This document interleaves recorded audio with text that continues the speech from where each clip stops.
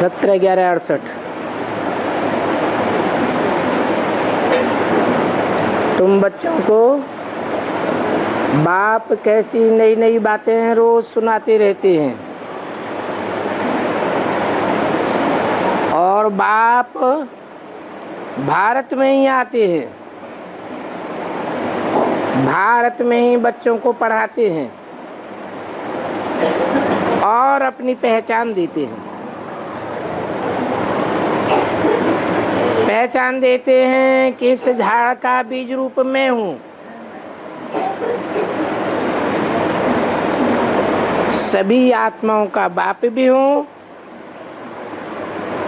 और मनुष्य सृष्टि रूपी झाड़ का बीज भी हूँ।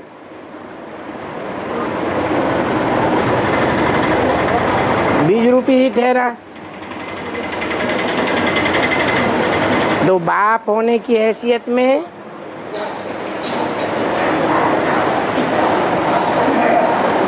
तुमको बाप का ही वर्षा मिलता है और ये भी सिद्ध होता है कि वर्षा पारलौकिक बाप से मिलता है।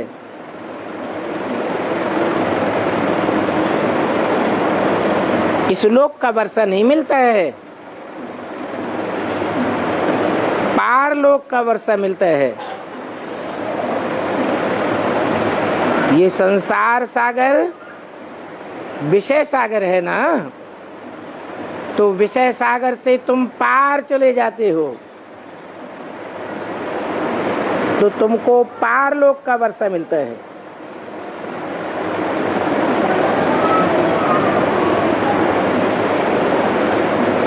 वो ये नहीं समझते हैं कि रावण से श्राप मिलता है। भक्ति मार्ग में भी कहते हैं बाबा आप आवेंगे तो हम आप से ही सौदा करेंगे। बहुत खुशी खुशी से सौदा करते हैं। आप आवेंगे तो आपके ऊपर ही सारा तन मन धन न्यौछावर करेंगे। कोई तो ऐसे होते हैं जो तंग दिल होकर के बाप से सौदा करते हैं। तो बाप से सौदा करने वाला बहुत बहादुर चाहिए। इसमें वीरता जरूर दिखलानी है।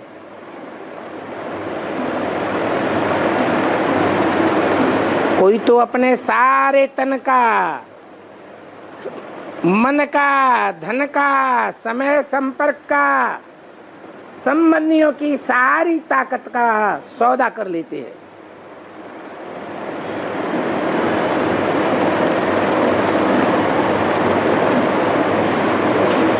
तुम बच्चे ब्राह्मण हो,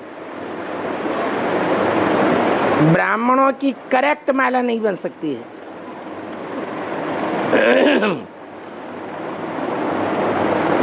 क्योंकि पिछाड़ी तक लड़ाई होती रहती है माया से। पिछाड़ी में लड़ाई भी होती है तो जरूर हराते भी होंगे। समझ में आता है कि बच्चे माया से हराए भी सकते हैं तो जरूर माला बनती है। नंबरवार माला दाने माला में पिरोए जाते हैं। जो माला फिर भी भक्ति में फेरी जाएगी। वहां सत्युग में तो तुम खुद देवताएं होते हो, बापू जी हैं। वो देवताएं तो अपनी माला नहीं फेरेंगे। देवताओं की माला भक्त फेरते हैं, पुजारी माला फेरते हैं। तो जरूर वो पुजारी पिछाड़ी में पूज्य बनेंगे। वास्तव में जब कि सृष्टि का अंत होता है तब एक ही बाप जो तुम्हारा टीचर भी बनता है और गुरु भी है, वो तुमको सहज ही याद पड़ता होगा। ऐसे दुनिया में कोई भी मनुष्य नहीं हो सकता जो अपन को बाप भी कहे, टीचर भी कहे, गुरु भी कहे। तो इस हिसाब से तुम बच्चों को शिव बाबा बहुत याद पड़ना चाहिए। परंतु माया इतनी सहज बात भी भुलाई देती है। ये माया का धंधा है भुलाना, इसलिए इसका नाम है भूल भुलैया। ये भूल भुलैया का खेल है और ये खेल अभी ही शोभता है। बाप कहते हैं तुम मुझे याद करो और माया भुलाई देती है। बाप कहते हैं मेरे बनो और माया अपना बनाए लेती है। तो माया का मुख्य धंधा है भुलाना और बाप से अलग करना। वो बाप का बने, माया फिर अपना बनाए लेती। तो ये माया बड़ी जबरदस्त है। राजाई भी से रावण माया की ही चलती है। माया रावण हराती है तो राम संप्रदाय की जीत होती है। अभी तुम बच्चों की बुद्धि में है कि शास्त्रों में तो बहुत रंग बातें लिख दी हैं, तो उन रंग बातों को भी समझाना पड़े, बताना पड़े कि गीता में जो युद्ध दिखाया है वो कोई हिंसक युद्ध नहीं है, न कोई असुरों और देवताओं की लड़ाई है, न कौरवों और पांडवों की लड़ाई है। क्योंकि जो पंडा बाप के बच्चे होते हैं पांडव, वो तो आपस में लड़ते ही नहीं, और असुर होते हैं कलयुग में, देवताएं होते हैं सतयुग में। वो मिलेंगे कैसे जो लड़ाई हो? तो ये लड़ाई कोई हुई नहीं है। तुम समझाते हो तो किसी की बुद्धि में बैठता नहीं है। कोई की बुद्धि में बैठे तो अखबार में डाले। 17/11/68 की वाणी का दूसरा पेज। राम रावण, राम के बच्चों और रावण के बच्चों की युद्ध लगी ही नहीं है। ये बड़ी ग्लानि की बातें लिख दी हैं। सीता की तो कितनी कड़ी ग्लानि लिखी है। ये बातें मानने लायक नहीं है। और हम बच्चे ऐसी बातें सुनना पसंद नहीं करते हैं। ऐसी बातें सभा में समझाओ, भाषण आदि करो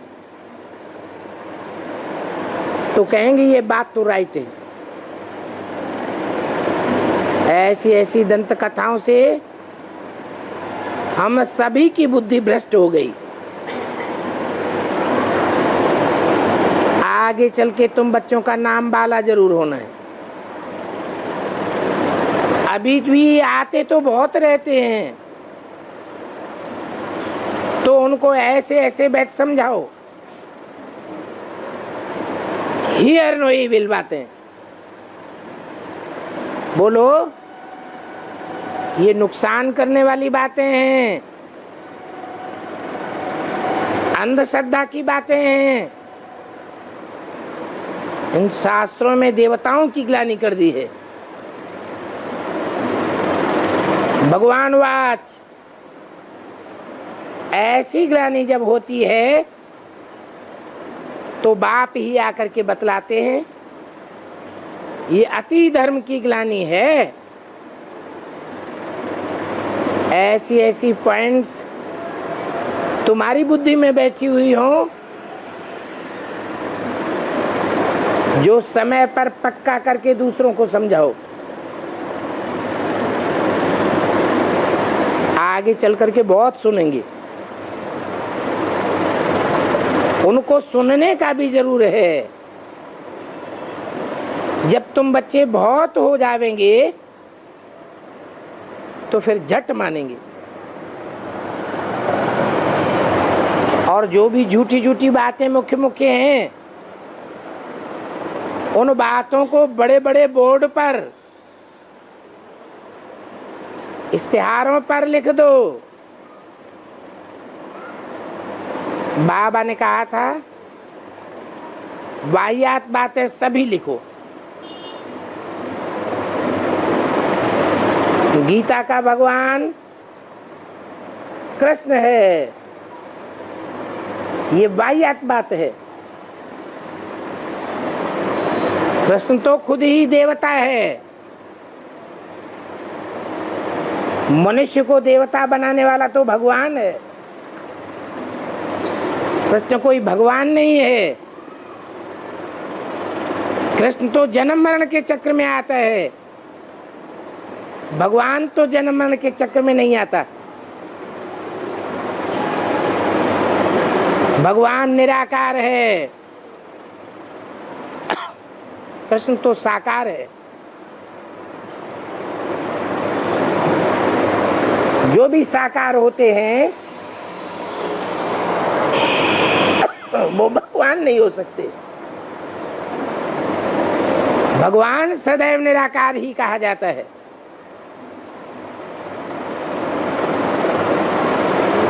तो ये झूठी बात हुई नंबर 1, उसको करेक्ट करो।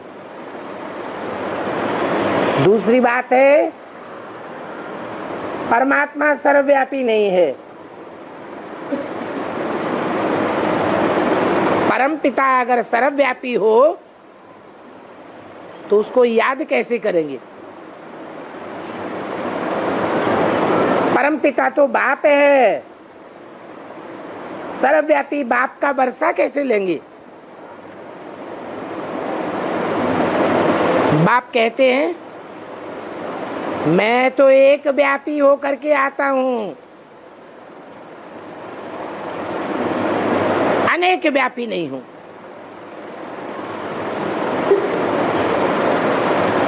कृष्ण के अंतिम 84वें जन्म में आता हूं, वो भी मेरा बाप का रूप नहीं है। बाप तो सिर्फ एक होता है, बाप कोई अनेक होते हैं क्या?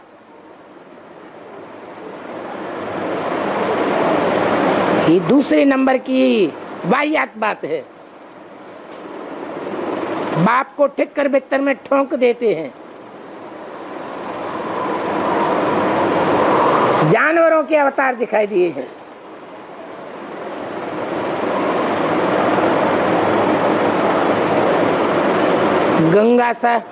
गंगा पतित पावनी है, फिर भगवान क्या है?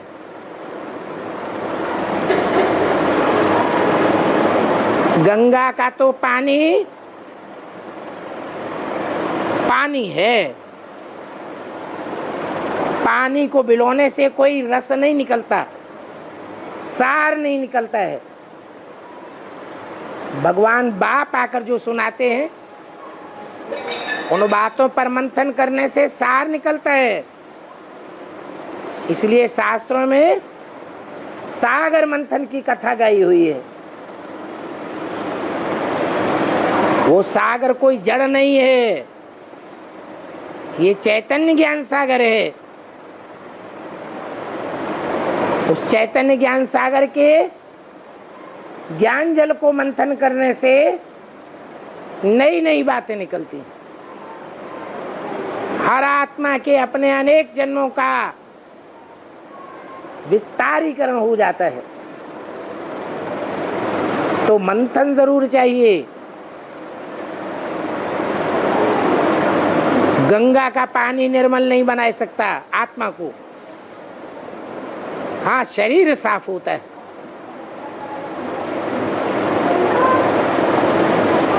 वो तो गंगाओं में स्नान करते रहते हैं, गंगा के किनारे चौकड़ी मार करके बैठते हैं। बाप कहते हैं उनका तो धर्म ही अलग है, उनका घरघाट त्यागने का धर्म है। तुम तो घर गृहस्थ में रहते हो।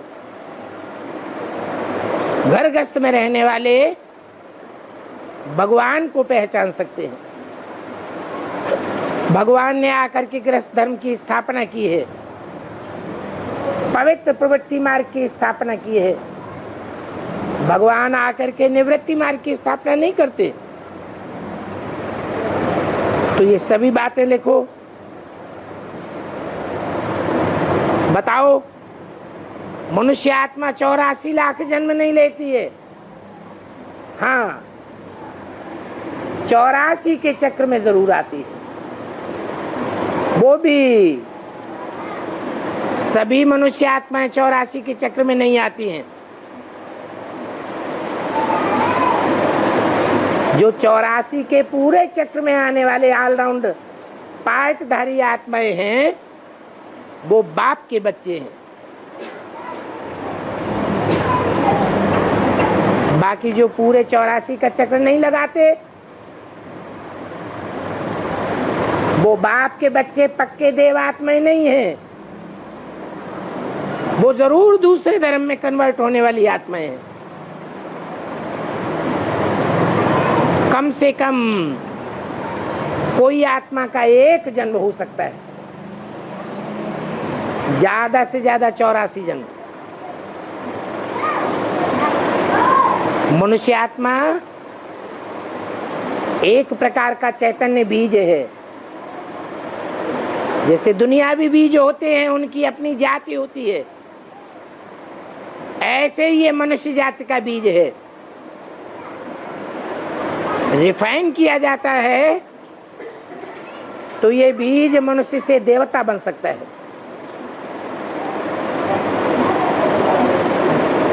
अनरिफाइन होने पर मनुष्य से राक्षस का बीज बन जाता है। कीड़े मकोड़े पैदा करता है जो एक दूसरे को काटते ही रहते हैं।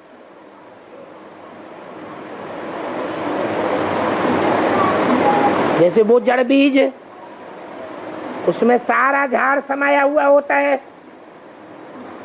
ऐसे ही ये मनुष्य आत्मा रूपी बीज है जिसमें सारे 84 का चक्र नुदा हुआ है। सारे झाड़ की नालिज भरी हुई है। ये बात एक बाप ही आकर के बताते हैं। मनुष्यों ने तो सृष्टि की आयु लाखों वर्ष दे दी, तो लाखों वर्ष की आयु देने के कारण 84 के चक्र की बात उनकी बुद्धि में नहीं बैठती। समझते हैं कि मनुष्य आत्मा 84 लाख जन्म लेती होगी। कीड़े मकोड़े, पशु पक्षी पतंगे 84 लाख योनियों में भ्रमण करके फिर कहीं जाकर के मनुष्य का जन्म मिलता है।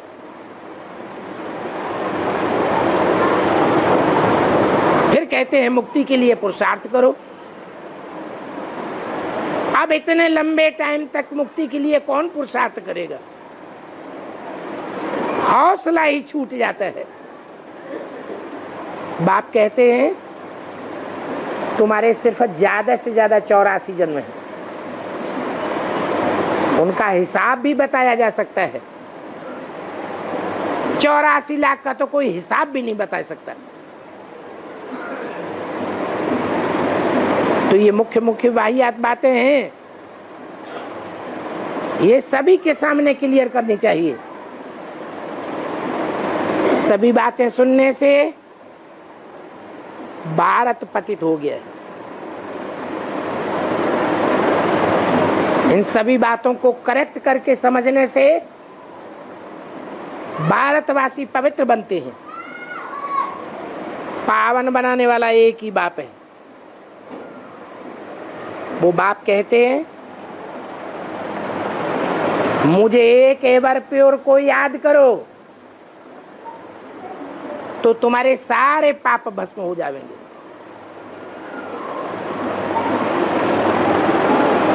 माम एकम याद करो। कोई दूजम को याद किया तो पाप भस्म नहीं होंगे, बजाय भस्म होने के और ही बढ़ते जाएंगे। तो प्रैक्टिस करो, अब विचारी याद की।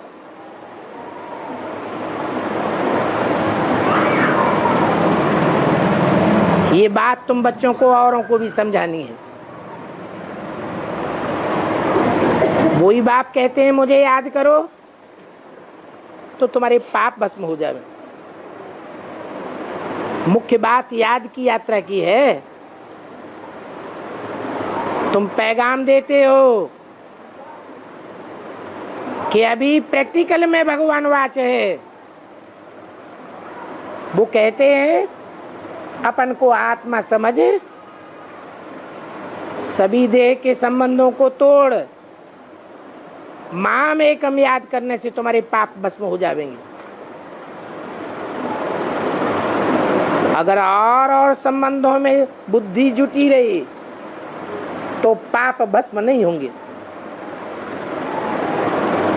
इसलिए कहते हैं कि सारे संबंध मुझे एक बाप से जोड़ो। सच चक्र को याद करने से सतयुगी हेवन के मालिक बन जाएंगे। तो ऐसे ऐसे अक्षर ऐड करके बहुत अच्छा करके समझाना है। ऐसे बाप को निरंतर याद करो।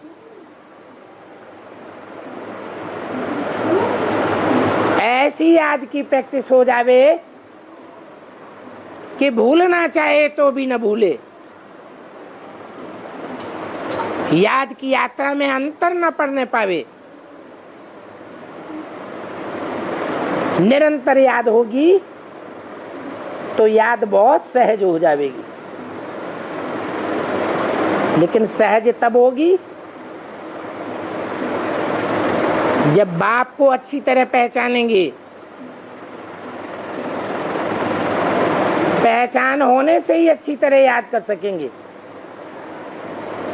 याद करने से वर्षा पा लेंगे। है तो सब ड्रामा प्लान अनुसार।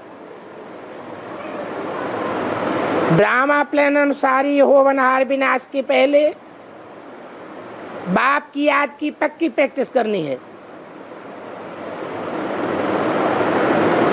बाबा तो कहते हैं टीन के बोर्ड पर लिख करके बड़े बड़े स्थानों पर लगाए दो।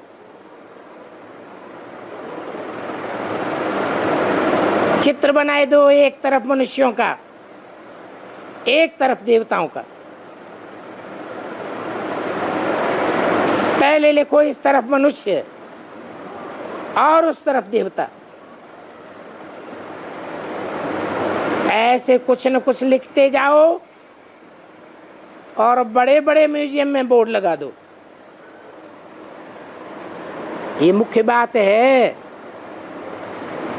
अपन को आत्मा समझ, देह के सभी संबंधों को छोड़, माम एकम याद करोगे तो तुम जरूर सदगति को पाए जाओगे। जैसे कल्प पहले तुमने सदगति पाई थी ऐसे ही पावेंगे। तो ऐसे ऐसे बोर्ड बड़े बड़े स्थानों पर लगा दो। बाबा ऐसी ऐसी बातें बहुत कहते हैं। जैसे ट्राम में, बस में, ट्रेन में भी बोर्ड लगाते हैं ना। तो ये भी लगावें तो अच्छा है। बड़े बड़े जंक्शंस पर बड़े बड़े बोर्ड लगे हुए हों। ये मूल मंत्र का बोर्ड है। बच्चे लिख करके सामने ले आवे तो टीचर भी बच्चों को आफरीन देंगे। जो अच्छे अच्छे सर्विसेबल बच्चे होंगे वो ही लिख सकेंगे। बाकी के लिए समझेंगे कि इनमें इतना सेंस नहीं है। सेंस नहीं है अर्थात नॉनसेंस है, लिख ही नहीं सकते। बाबा तो लिख देंगे, मोस्ट प्रोमिनेंट जगह पर रखो तो सब समझेंगे। ये बातें अखबारों में भी लगा सकते हैं। फिर तुम बच्चों को भी एप्रिशिएट करेंगे। ये मूल बातें हैं जो गीता में भी हैं,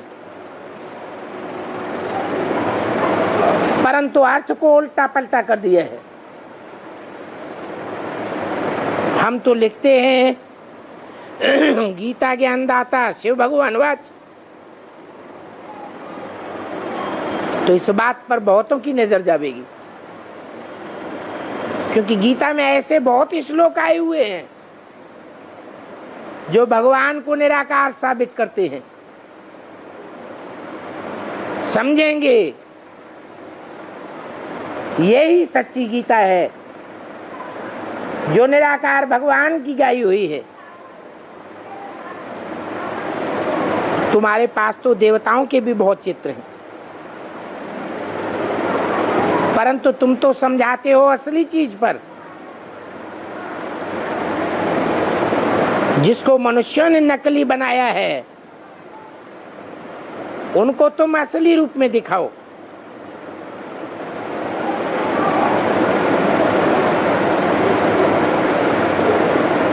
स्थापना के चरित्र सभी भगवान के चरित्र हैं, तो एक्यूरेट टोट के लिखने से सभी एप्रिशिएट करेंगे।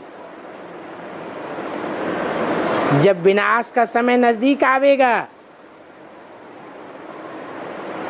तो फिर इन बातों पर बहुत जोर देंगे। आगे चल करके बहुत ऐसे निकलेंगे जो तुम्हारे साथ टोली खावेंगे। ब्रह्मा कुमार कुमारियों का नाम बाला तो होना ही है, समझ जावेंगे।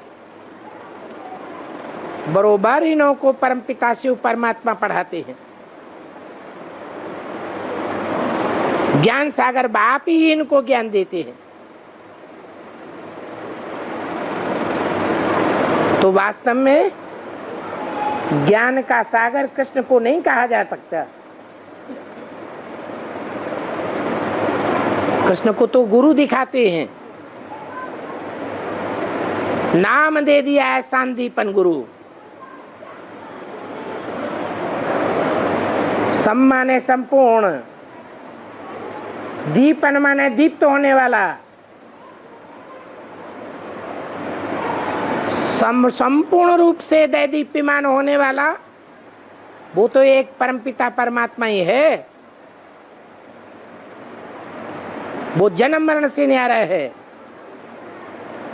कालों का काल है, अकाल मूर्त है।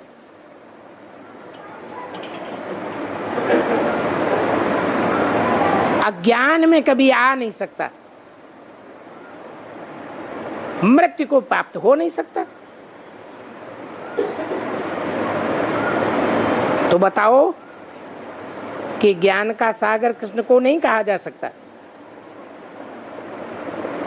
तुम बच्चे कल्प कल्प ऐसी युक्तियां रचते आए हो, ये तो निश्चय है कि आगे चल करके तुम बच्चे अपना राज्य स्थापन करके ही दिखावेंगे।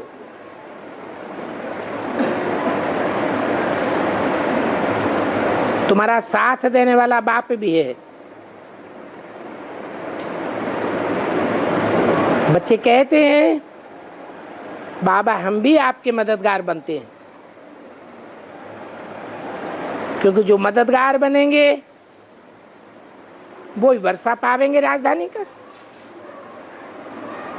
एक बाप ही है जो धर्म की स्थापना करने के साथ राजधानी भी स्थापन करके जावेंगे,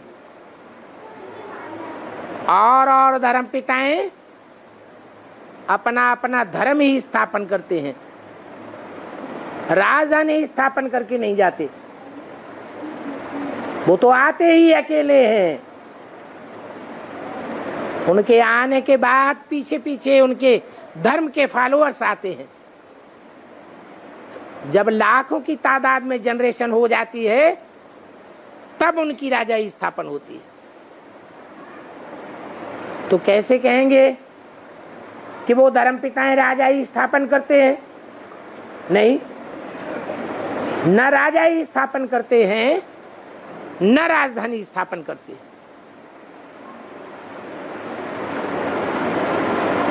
तो बाप कहते हैं जो जो मेरे राजधानी स्थापन करने में मददगार बनेंगे